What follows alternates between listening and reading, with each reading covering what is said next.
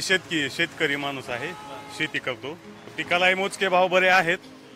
1 रुपयामध्ये विमा, पोखरामध्ये गावं लागले, त्याच्या माध्यमातून शेतकऱ्यांना बराच फायदा. सवलतीमध्ये ठिबकमध्ये सबसिडी आहे, स्प्रिंकलरला सबसिडी आहे, पोखरामध्ये बऱ्याच योजना आहेत. ठिबकचं जर पीक घेतलं तर त्याच्यात जे आपण मोकळ्या पद्धतीत भिजवतो त्याच्यापेक्षा डबल उत्पन्न हे ठिबकमुळे मिळतं. पाण्याची बचत होते, सर्व गोष्टी, खतं वगैरे मोजके व्यवस्थित पिकाला मिळते.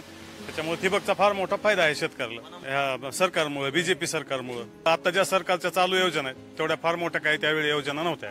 जसं की आता युती सरकार आता थोड्या दिवसात आलेले त्यांच्या बघा योजना. आता लाडकी बहीण योजना, मुलींचं शिक्षण फ्री केलेलं आहे, अशा भरपूर काही योजना आहेत. गलची आग सार जाळून विझाईना, अडला घास असा कावन वास असा, पण यो ध्यास अजून बी माग